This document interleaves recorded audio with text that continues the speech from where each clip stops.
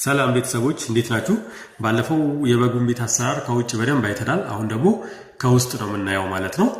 ከውስጥ ቤቱ ልክ ውጭ እንዳለው ያው ውስጡ ቀለል ባሉ ማቴሪያሎች ግቢያችን ውስጥ ባሉ ሎካሊ አቬለብል በሆኑ ማቴሪያሎች የሰራ ነው ቤቱ ማለት ነው። ምንም እንደምታዩት ተራ በቃ ከላይ ያው በሸራ ነው የሰራ ነው። ቤቱን ሸራ ነው ማለት ነው። ጣራው ሸራ ከመሬቱ ያው ኦልሞስት ሊሾም አይደለም ቀለል አድርገን ነው የሰራ ነው።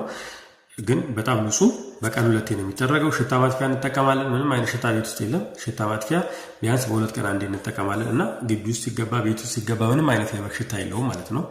ስለዚህ በግ መስራት አስባችሁ ይሸታል እንዴት ነው መስራት ያለብኝ ብላችሁ ትንሽ ካፒታል ላይ ያዛችሁ ሰዎች በቀላሉ እንዴት እንደሚሰራ እያየን ነው ማለት ነው። እና ይሄ መጠጫቸው ነው። ሮቶ ቆርጠን ነው መጠጫ ያዘጋጀንላቸው ማለት ነው እንዲመቻቸው። ግን ሁሌም ቢሆን ንጹህ ውሃ ማቅረብ አለብን እና እንደምታዩት ንጹህ ውሃ ሁሌ ይቀርብላቸዋል። በፈለጉት ሰዓት ሄደው መጣት አለባቸው እንጂ የሆነ ሰዓት ላይ ጠዋት ማታ የሚባል ነገር የለም። ውሃ የበግ እርባታ ላይ ሁሌ ውሃው መቅረብ አለበት፣ መዘጋጀት አለበት እና ከፊት ለፊት እንደምታዩት መመገቢያቸው እንደዚሁ በሸራ ነው ያዘጋጀንላቸው።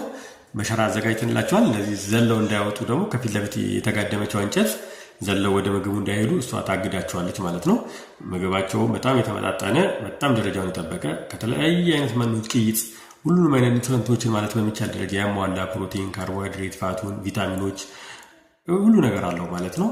ጨው ሁሉ ነገር አሟልቶ በዚህ መልኩ ነው የሚመገቡት ማለት ነው። እና በጎቹ የኛ በጎች በጣም ተመርጠው በጥሩ ሁኔታ ላይ ያሉ ጥሩ ቦዲ ኮንዲሽን ላይ ያሉ በጎች ናቸው የገቡት እና እኛ ጋር በጣም ቢቆዩ 2 ወር ከ15 ነው። አሁን ከአንድ ወር ሆኗቸዋል። ከአሁን በኋላ 1 ወር ከ15 እኛ ጋር ይቆያሉ ማለት ነው። በዚህ 1 ወር ከ15 አስፈላጊው ነገር ይደረግላቸዋል። ፎሎ ማድረግ እንዳትረሱ። ቀጣይ መጨረሻውን ክፍል ይዤላችሁ ቀርባለሁ።